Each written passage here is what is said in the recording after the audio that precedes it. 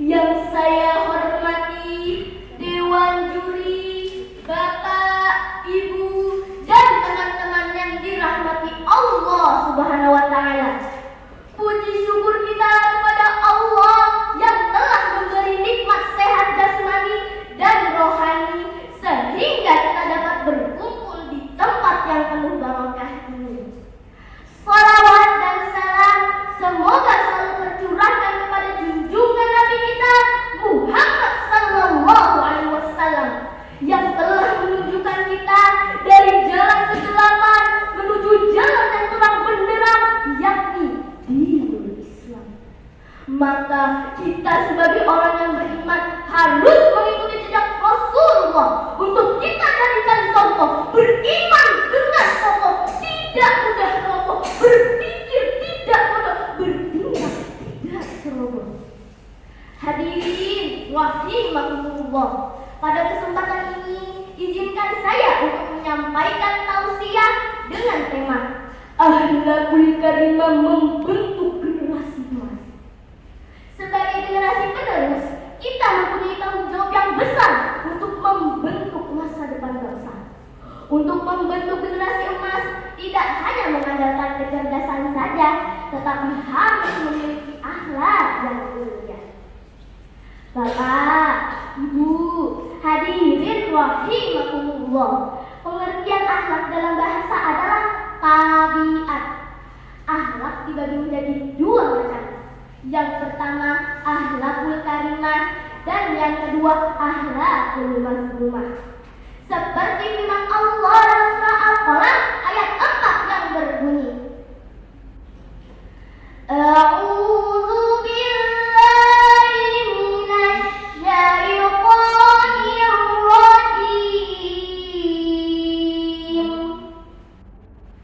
Bismillahirrahmanirrahim.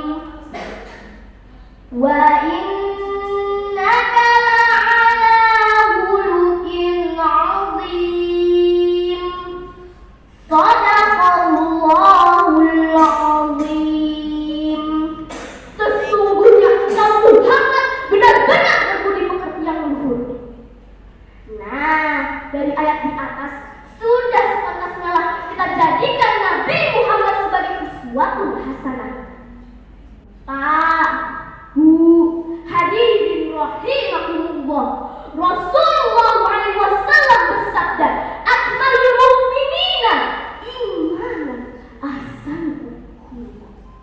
Yang artinya kesempurnaan iman seseorang mukmin adalah mereka yang memiliki akhlak yang baik. Pak, Bu, kalau kita cermati hadis di atas, yang namanya akhlak, yang namanya moral sudah tidak asing lagi di telinga kita, namun sangat mudah untuk diabaikan. Ibarat ibunya masuk kuping kanan, keluar kuping kiri. Mengapa demikian? Jawabnya adalah karena gencarnya pengaruh-pengaruh budaya barat yang masuk ke dunia Islam, yang melahirkan pengaruh buruk terhadap anak-anak usia dini atau remaja. Contohnya, banyaknya kontes-kontes kecantikan yang dianggap gaul, yang menjadi tren masa ini. Tapi yang bikin mirisnya, ibunya yang menekan anaknya ikut kontes berpakaian menutup aurat. Kalau ditanya, maaf ibu, apakah pakaian anaknya tidak terlalu seksi? Apa jawab ibu tersebut? No problem, tidak masalah. Masih kecil, masih ada bonusnya, belum dicatat oleh malaikat. Na'udzubillah min dzalik. Pak, Bu, justru itu yang ingin kita berikan contoh kebaikan sehingga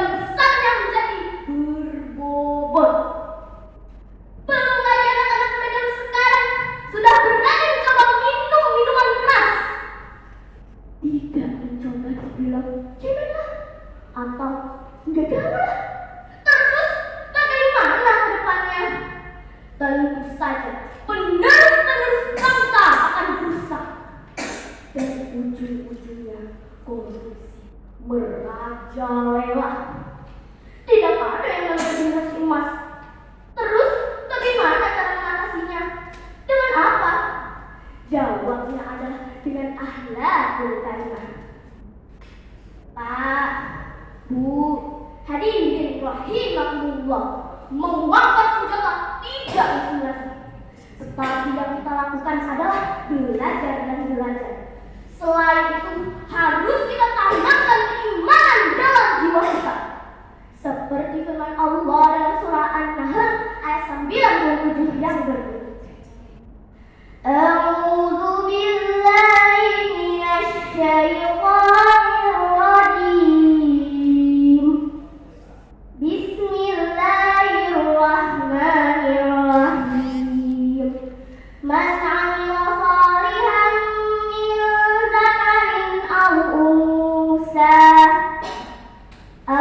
unsa wa huwa mu'minun falanuhyiyannahu hayatan thayyibah.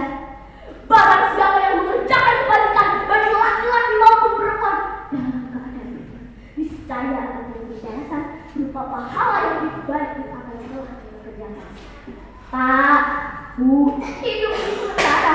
Marilah kita isi dengan perbuatan yang baik, dengan akhlak yang baik, dan marilah kita semua bertekad menjadi generasi emas yang mulia. Fastabiqul khairat. Wassalamu alaikum warahmatullahi wabarakatuh.